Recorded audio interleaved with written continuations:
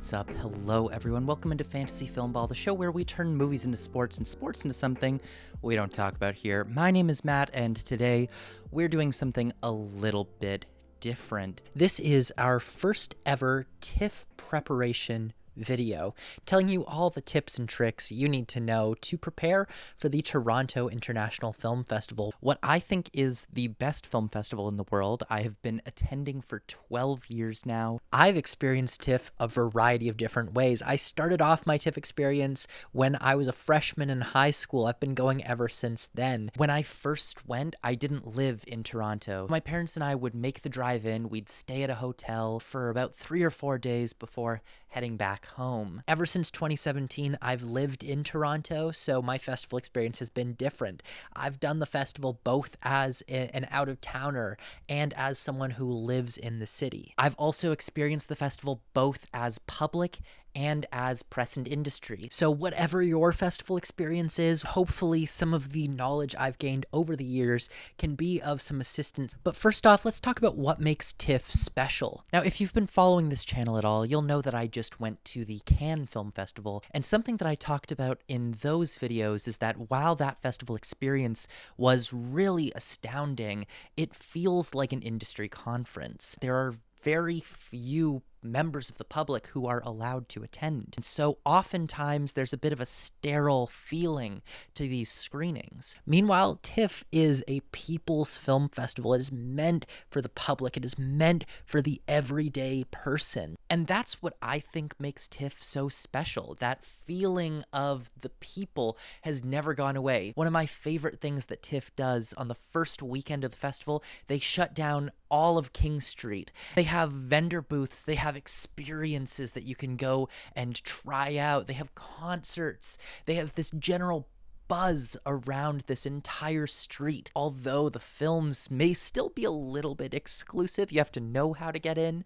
The festival itself is for everyone. It's for the people. The people make this festival so special.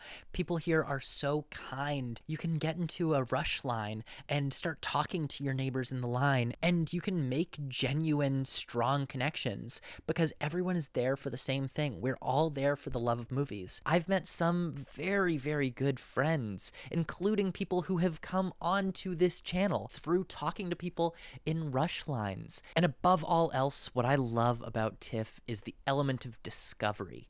You get to see something not just first, but a lot of the time you get to stumble into films that you may never have sought out on your own. There are so many different ways that you could approach your TIFF experience. Do you want to marathon movies? Do you want more of the industry feeling? Are you there to stargaze? You can tailor your festival experience however you want. However, here are a few essential things that I think everyone should try at TIFF. Number one would be Midnight Madness. It truly is the number one thing that anyone needs to experience coming to TIFF for the very first time. Midnight Madness is a selection of 10 films, each screening at midnight. These are wild, wacky genre movies, horror films, comedy, and action. And what's so special about these movies is the energy in the room around them. You are never going to have more fun at a film screening than you will at TIFF Midnight Madness. The audiences get so into it. Also, you're going to want to participate in some of the festival-wide jokes that happen, and those all originate at Midnight Madness. Before every screening, there's a commercial roll, and certain traditions start up every single year. One that's been going ever since I started, and definitely before I started going to TIFF, is you're going to hear people saying "arr" during the pre-show piracy warning. Go along with it. Be a pirate along with everyone else. If people start clapping during one of the pre-show commercials, join in. It is a festival experience. You are there to celebrate and enjoy the movies and enjoy watching with this crowd, so join in. Another thing that I think everyone should experience at least once at TIFF, hit a rush line. I'll talk much more later about what the rush lines are, how to do them, and how to ensure that you get tickets for that film. At this point, I don't buy any tickets for the festival. I do the rush line for everything, and I have routinely successfully seen 40 to 50 movies doing just that. My recommendation is get into lines, talk to people, listen to the buzz around the festival. You have such a unique opportunity at TIFF to really get a sense of the pulse of what people are liking. And if you talk to people in rush lines, ask them what they've been seeing, ask them what they like, listen to their answers, and try and see those movies. You'll be surprised what you're steered into seeing just from the buzz on the streets. If you don't experience that, you're missing a significant chunk of what makes TIFF special. And lastly, experience Festival Street. Take in some of the giveaways, go and see a concert, do some of the stuff that's offered on that stretch of road during that first weekend of the festival. So what is Festival Street? Well, the first weekend from Thursday until Sunday, they close down the road, and they close from University Avenue all the way to Spadina. They put up vendor booths, they put up different experiences from sponsors. Festival Street is also where all of the red carpets will take place, all of these celebrity sightings. You do need to factor in a few things if you are coming to the festival that weekend. Number one is traffic is terrible. I don't just mean traffic around the city, which is also terrible, but foot traffic is terrible in the Festival Street area. It is very difficult to get through this street, especially in the middle of the day, especially if you're not sure when there's going to be a concert on, when a giveaway is going to be happening, or when there's a red carpet premiere. That can absolutely stop the flow. For example, let's say Meryl Streep is going into the Princess of Wales Theater. That's going to mean that no one can walk down the road. The sidewalks are the only thing, and everyone is going to be trying to get a peek of the Queen. So that sidewalk is not going to be moving. Now, if you have a movie that is starting in 5 minutes and you've got to get through that crowd, you're going to be late to that movie. If you are planning to walk along this corridor of King Street, give yourself 10 extra minutes to get wherever you need to go. Now, let's talk celebrities. Seeing celebrities is a cornerstone of the Toronto International Film Festival. It's what the fest basically built its reputation on. There are 3 different ways that you can see celebrities at TIFF. Number one is Q&As. If you buy a ticket to a movie, specifically the first or the second screening of a movie, it is very likely that the actors, the cast, the crew, the director will show up to do a Q&A. Now, something to keep in mind here, I used to always be a back of the theater guy until I started going to TIFF, and then I started to realize everyone's trying to go to the back of the theater, but the Q&A is at the front. Some of the theaters have reserved seating. For example, the Princess of Wales Theatre, the Royal Alexandra, and the Roy Thomson Hall. All 3 of those have seating reserved, which makes it so you can't really choose where to sit. But if you're at Scotiabank, if you're at the TIFF Lightbox, sit closer than you normally would so that you can get nice and close up if there is a cast and crew Q&A. And let's talk Q&As for a small second here. Whoever said that there's no such thing as dumb questions never attended a TIFF Q&A. One of the worst things, and the thing that I see every single year at TIFF, is people saying, Yeah, it's not so much of a question. I just really liked the movie. Let me explain it to you now. I am very smart. Let me explain your movie to you. don't do that. Also, keep your questions on topic. Ask about this movie. They're not there to talk about the Marvel Cinematic Universe. They're not there to talk about whatever else they have coming up. Be respectful, be courteous, and ask good questions. Now, the next way you can see celebrities is through those red carpets. As I mentioned, the festival street shuts down and you can see red carpets happening outside. At Roy Thomson Hall, there's a specific designated area for red carpets that you have to wait in line to get into. And when you're in there, you can get nice and close up and see people walking the red carpet with their photos getting taken. The Princess of Wales, on the other hand, is right on King Street. So to see this red carpet, you're going to wait across the street. There's a barricade and you'll wait there. Oftentimes, actors will come across the street, take selfies, sign autographs before going into the movie. Bring water and be prepared to stand for a long time waiting for those celebrities to show up. And be prepared to possibly be disappointed because if the celebrities are running late, they will not have time to come across the road to sign and to take photographs with people. These red carpets will usually start about 30 minutes before the scheduled start time of a movie and go up until about 5 minutes before the movie is set to begin. But if you want to get a place there, get there much, much earlier because otherwise you will be at the back of a very large crowd. And the last way to see celebrities at TIFF is through random encounters. Keep your eyes peeled. Celebrities are people too. They like movies. In fact, you can very often see celebrities just head into a movie. You never know who you're gonna run into. Just don't be a fucking weirdo. They're there to be normal people and take in a movie. So be respectful. Don't pester them. Don't badger them. Don't fangirl and cry. Just treat them with respect and decency, because that's what you would want to. Anyways, let's talk scheduling. I'll get deep into the actual TIFF schedule, but first, here are a few general tips and tricks. When you're looking at your schedule, make sure that you're leaving at least 30 minutes between the end of one showtime and the start of the next. This makes it so that in case the show is running a little bit late, it won't bump into your next one by accident. That 30 to 45 minutes that you've left in between will also give you a little bit of time to go and get food, which is a very easy thing to forget about during the festival, as I often do. We'll talk a little bit about rush lines later and how to schedule for those, but I will just say if you plan on rushing a film and it's a big premiere for a movie, give a little bit of extra time to get into those movies. So let's talk a little bit about the scheduling aspect of the festival. Okay, so first off, let's just go to the TIFF website and we're gonna go and see the schedule here.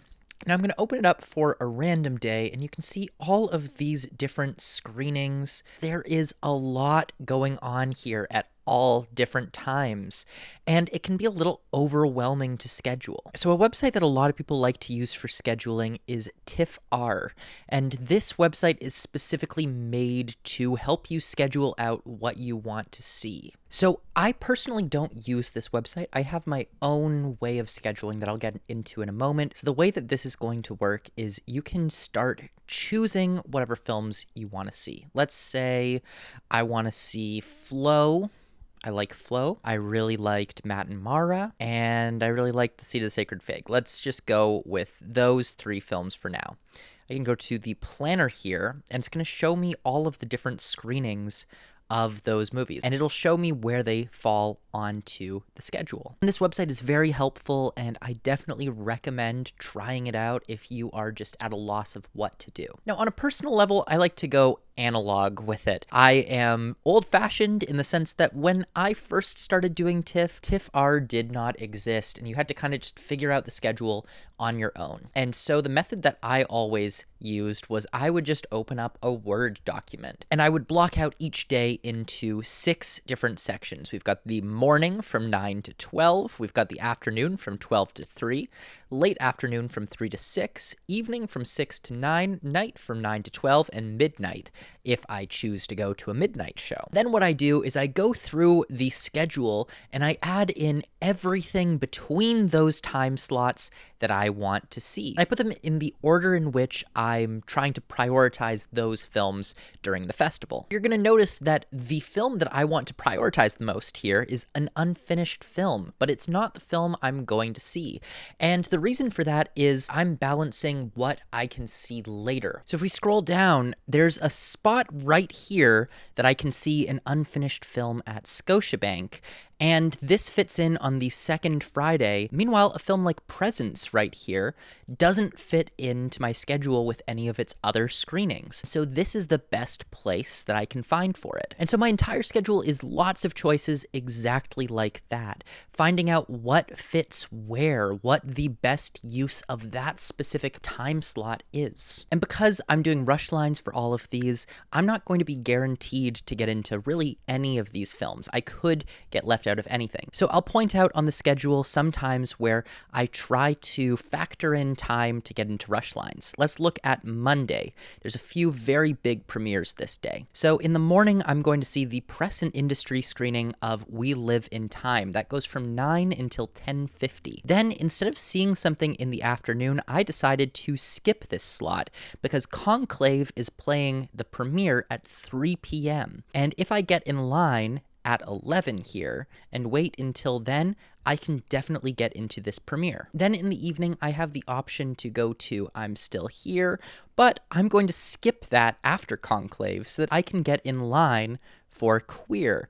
And doing it this way means if this ends at 5 p.m., maybe a little bit after, let's say 5:15, I will be in line for 4.5 hours for queer, which hopefully should be enough to get me into the movie. You'll notice on the schedule that there are a lot of different colors, and these colors all mean different things. They indicate different categories. And it can be a little bit overwhelming. There are a lot of films and a lot of choices to make. And just understanding what each of these means can really help out. So to quickly go through, pink is gala. Gala represents films from around the world with big star presence. These are films that are going to have glitzy, glammy premieres. You'll see South Korean blockbusters here, Indian blockbusters, as well as American blockbusters, and animated films as well. The only thing that sets this category apart from the special presentations category is that this all takes place at Roy Thompson Hall, which, as I will talk about later, is the worst place to watch movies on planet Earth. The gala program is known to be very hit or miss. Oftentimes, the worst movies of the festival will be in this program, and sometimes some of the best. You never know what you're going to get, but I will just say be a little bit cautious if you see pink beside a movie. Then there is the blue. This is special presentations, and it's basically like the galas, except they screen in tons of different venues like Princess of Wales Theatre, Royal Alexandra, and the TIFF Lightbox. These are also red carpet premieres from around the world. A lot of the time, the big Oscar contenders are in this category. There are going to be cast, there are going to be crew showing up. They will be there to talk about the movie, and it will be a glamorous presentation with a red carpet, usually. The next category is the cyan or lighter blue turquoise color. This is for Centerpiece. Centerpiece is essentially special presentations, but a little bit smaller scale. It usually means that there's not a high-profile cast or crew to bring along,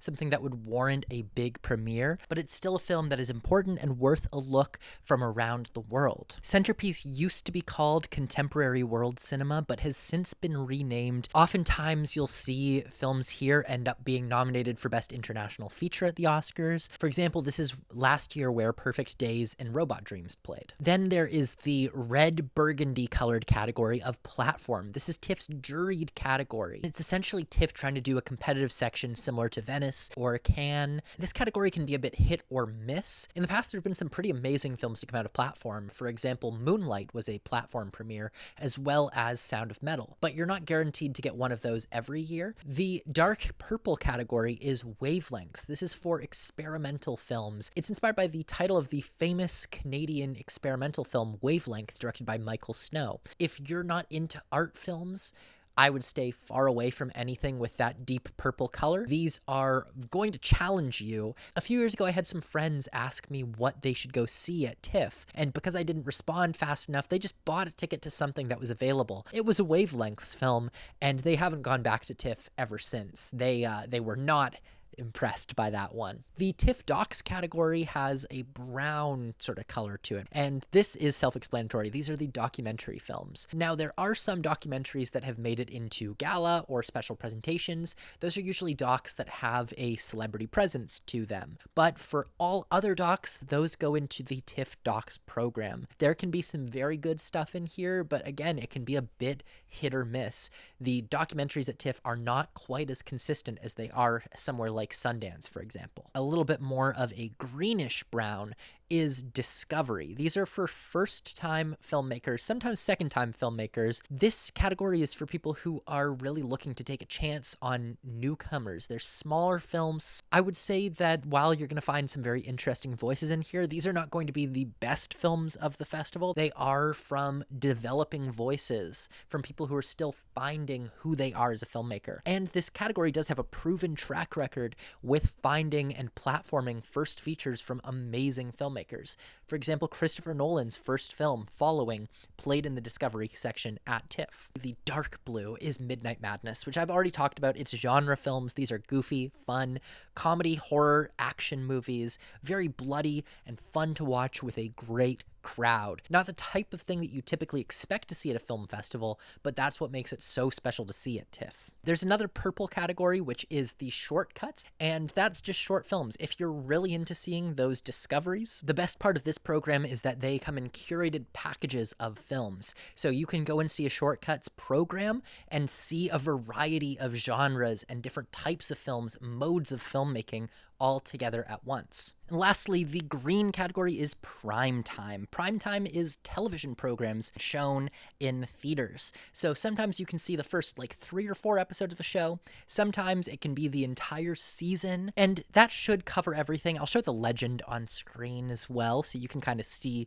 all the categories. But you might still be asking, so Matt, what do I watch? What do I go and see? I can't give you that answer because it's going to depend on what you like. You could really cater your festival a few different ways. I know some people who really love to try and see films that don't think they're ever going to have a chance to see again. There are other people who want to be the first ones to see certain things. So it doesn't matter that The Wild Robot is coming out a week after the festival. They'll see it early. So consider what you want out of the festival. Consider if release dates matter. Consider if celebrities matter. And you can shift your schedule around that way. For example, seeing Queer early on in the festival when Daniel Craig is there is going to be a lot harder to get into than seeing it on the last day when no celebrities are there at all. Keep your options open.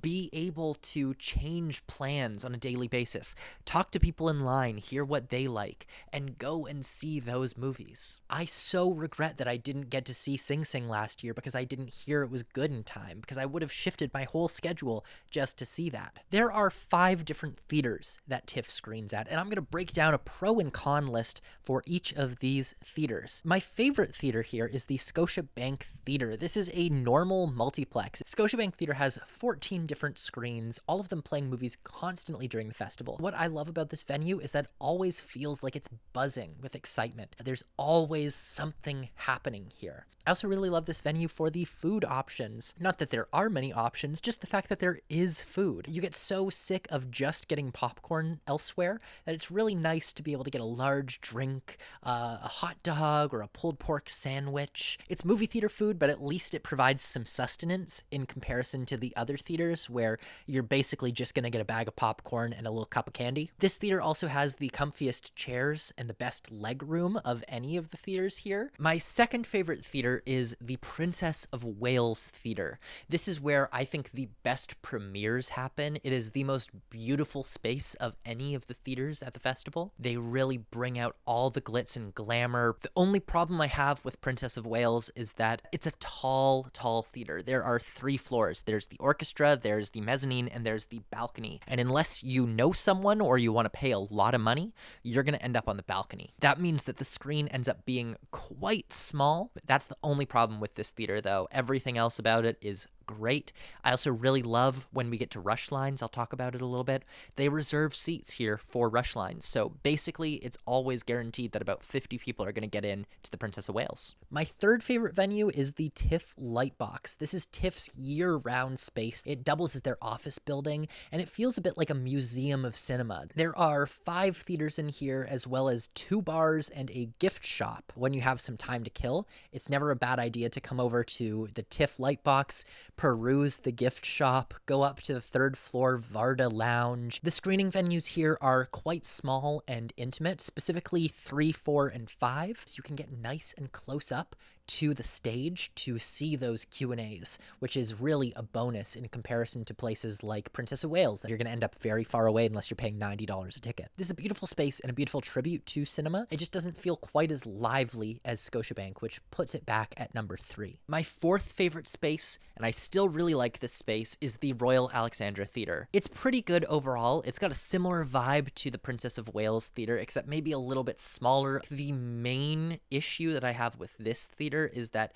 if you're sitting a little too far back, in the orchestra or in the mezzanine, you could have a bit of an obstructed view with some of the ceiling blocking off part of the screen. And the other issue I have here is the construction beside the building. It's not a nice venue to get into because the sidewalks are all covered with construction. It's been going on for years now. Once they clear up the construction, this could rival the Princess of Wales, but for now, it's going to be down at my number 4 slot here. And my least favorite place to watch movies at TIFF, and one of my least favorite places to watch movies in the entire world is Roy Thompson Hall. This is not a movie theater. It's a circular space, which means that unless you're directly in the middle, you're going to be looking at the screen on a diagonal. It's not a pleasant view of the movie. And if you thought that you were high up in Princess of Wales, here if you get seats in the balcony all the way at the back, it's almost as though you're watching a film on your iPhone screen. Not to mention the security of the place is so annoying. They won't let you bring in backpacks, you can't bring in a water bottle, you can't bring in anything that could be recording equipment. Not to mention that despite the galas being advertised as this big celebrity-focused event, it's very likely that there will not be a Q&A here. Most of the movies that I've seen here in the past have not had Q&As. What they often do is they turn the lights on, they show the celebrities standing in the balcony, they wave, everyone claps for them, and then they leave. And so, not only have you just seen a movie like The Sun starring Hugh Jackman, you don't even get a Q&A for it. I just find everything about this theater to be deeply annoying and a subpar movie-going experience. Avoid at all costs unless you have no other options. Let's talk ticketing. How do you get tickets? Don't panic. You will see the movies that you want to see. There are 4 different ways that you can get tickets for the films here. Number 1 is buying tickets ahead of time. You'll see here on this chart all the different days that different levels of membership can access tickets. And the first thing I want to point out is that the patron circle and supporter donors get tickets a long time before everyone else. If you are a member of the public, a lot of the big premieres like Anora, like Queer, like Conclave will have been picked over by the time those tickets get to the public. Something I will caution you about, you're going to feel like if you buy a membership, you'll be able to get some of those tickets. That is not true. A lot of those big premieres will be gone before it gets to the regular membership levels. These are being picked over by donors. These are being picked over by sponsors. It's not just individual people buying tickets, it's institutions as well. This is not a fair game. It's stacked against you. TIFF might try to convince you that you can get whatever tickets you want if you purchase a $100 membership. That is just a way for them to wring a little bit more money from you. You will likely not have any more opportunity to get these big tickets if you pay them a membership fee than if you just wait. Because the fact of the matter is, the movies that are going to be gone by public day are going to be gone by member day as well. So let's say you wanted to see Anora. There's only 2 shows of that movie. It's sold out. There's still ways to get tickets. The first way is buying resale. Don't do this. Do not do this. People are going to put tickets on sale on like StubHub for $1,000. You want to see Anora? Here's a $1,000 ticket to a movie that comes out in a month. Don't fucking do it. Don't do it. Don't encourage scalpers. Don't buy off scalpers. So let's cross that off the list. Now this leaves 2 other options. The first is same day tickets. Any movies you can't get when tickets come available individually, check again the morning of, because every single day, 8 a.m., TIFF releases a new batch of tickets. Let's say Night Bitch Searchlight had all of these tickets for their employees, and they don't need them because these employees are not showing up to the premiere. They will then give those back to TIFF, and TIFF will put those back on sale. So if you check every single day early in the morning, you may get lucky and may be able to find that tickets have been returned. The last way is rush lines. You can go and stand outside of the venue, and when the movie starts, they will count how many empty seats there are and let people in. Now, you might miss 5 minutes of the movie, but you will see the movie. Every theater has a different rush line, and I'll walk through a little bit what each of those are. So the Scotiabank Theater rush line, since there's 14 theaters there, the rush line is for all of the different movies. And the best part of this is that if you don't get into what you want, you can always just wait in line and pick the next thing up. Scotiabank's rush line used to be very hard to get into because of poor venue management, but they've really cleaned up their act in recent years, and I've gotten into most everything that I've wanted to at Scotiabank. At the TIFF Bell Lightbox, the rush line is just outside by the glass walls. Just like Scotiabank, this rush line is for multiple different movies, and the issue I find here is that they pack these theaters. They're not the biggest spaces, and a lot of the time, by the time a film starts, they don't have time to count seats, and so you will get left outside very often. Last year, I didn't get into Daddy-O, and I didn't get into Perfect Days while rushing at the TIFF Lightbox. I just advise knowing what theaters the films are in. If you're in Cinema 1 or Cinema 2, you'll likely be able to get in. If the film is screening in Cinema 3, 4, or 5, tough luck, you probably won't make it. At the Princess of Wales Theatre, their rush line is just around the corner from the theater, and the best part of this is that they always save about 50 seats for rush no matter what. They'll never say that they have those, and it can be a little frustrating because knowing that they have an entire row blocked off for rush and waiting while they say, we don't know if we can let anyone in, it always feels like a stupid game that they're playing. Like, just let us in.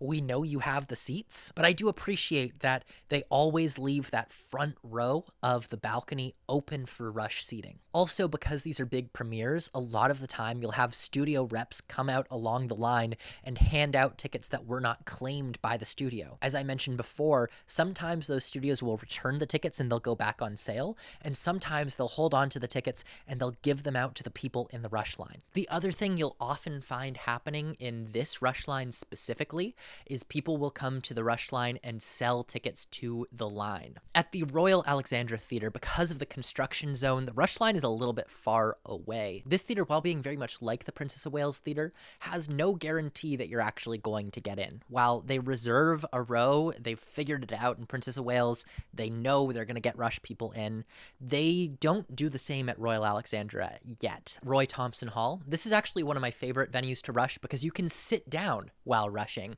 The rush is actually along a series of benches, so the rush line, you're all sitting, you're all hanging out. The issue with this place is that the rush seats are going to be very far to the side. You're going to get a terrible view of the screen, but rush is the core of the TIFF experience, in my opinion. This is where you're going to meet very interesting people. This is where you're going to hear the buzz of the festival. This is where you're going to meet friends that can help you through the fest. It's important to make friends with people in the rush line because you can save each other's spots. You can save one other person's spot, which means if you get hungry and you want to go and get some food while waiting in the rush line, you can hold a spot for them when they go and get food or go to the washroom as well. Now you might ask, how early should I get there for rush? And the answer is different for each film. It really depends on how big the premiere is, how in demand it was. For example, a film that went off sale immediately, that's going to have a big rush line, and you're going to want to wait for a very long time for it. This means maybe budgeting your day around a movie. Generally, I'd recommend, if it's a film you're really tied to, have another option of when to see that film later. Do your best to have a backup option in case that first time doesn't work. So the costs can add up really fast here. But rush lines will help you save money. That's the big number one thing. Do not eat on King Street. If you need food, look elsewhere. All of the restaurants on that specific street are designed to suck the money out of your wallet. I'm not someone you should listen to when it comes to restaurant recommendations, so I won't give you restaurant recommendations. I'll just more say what my go-tos are during the festival, keeping in mind that for me, the most important thing is speed and getting from one place to the next quickly. So here are my cheap and easy foods during the festival. Number one is the A&W at the corner of King and John. It's just right across from the Lightbox, about half a block away down John Street. It's right beside where the concert stage will be during the first weekend. They are cheap burgers made very quickly. In fact, my favorite thing about this location is that oftentimes before I've even paid, the food is done and it's ready. I don't know how they do it. No other location of a burger chain has ever done this in my experience, but they are quick. They also have a pret-a-manger there, so if you just want to pick up a quick sandwich, you can buy one of those at the A&W as well. My other go-to, like I mentioned earlier, is the Scotiabank Theatre concessions, because they have food that's hearty and filling. When you're in the middle of marathoning 5 movies in a day, this can be a really convenient spot you don't need to go out of your way for. If you're like me and you have a CineClub membership with Cineplex, you can get 20% off. Honestly, even if you don't live here and don't live in Canada and use Cineplex, it could be worth getting the membership just to cut some of the costs off of that discount. There's also Tim Hortons nearby, there's a Popeyes, and if you're willing to walk a little bit further, there are plenty of other options when you get to Spadina and when you get to Queen Street. So let's talk transit and getting around Toronto. For the most part, you won't need to use transit while you're at the festival. The entire festival takes place within the same probably 3 or 4 blocks, which is great because it means you're not spending a ton every day just going on the subway or going on the streetcar. But let's say you're staying in Toronto, you're coming in from out of town, and you need to use transit to get around.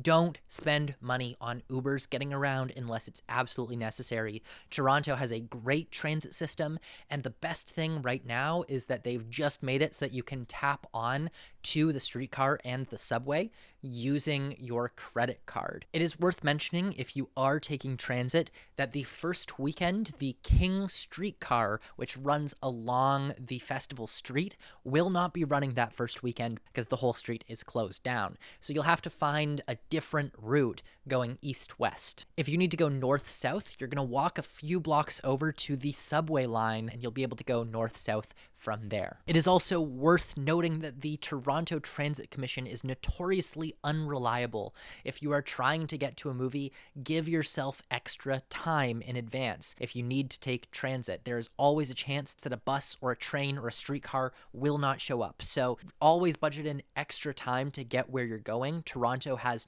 terrible traffic, so especially if you're traveling on the surface via bus or streetcar, factor in extra time. But for the most part, Toronto is a very walkable city and the festival is very walkable in itself. Anyways, that brings us to the end of this video. I hope that in some way I was able to help out here. My goal here is just to take some of the knowledge I've gained over the past 12 years of festivaling and hopefully pass it on to people who are going to fall in love with the festival as I have. Anyways, if you're at the festival, leave a comment down below. Let me know what you're excited to see. And if we cross paths, feel free to say hi. Let's catch a movie together or something. Tell me what you've been watching, and I look forward to coming across y'all there. Anyways, thank you so much for watching. As always, my name is Matt, and this has been Fantasy Filmball.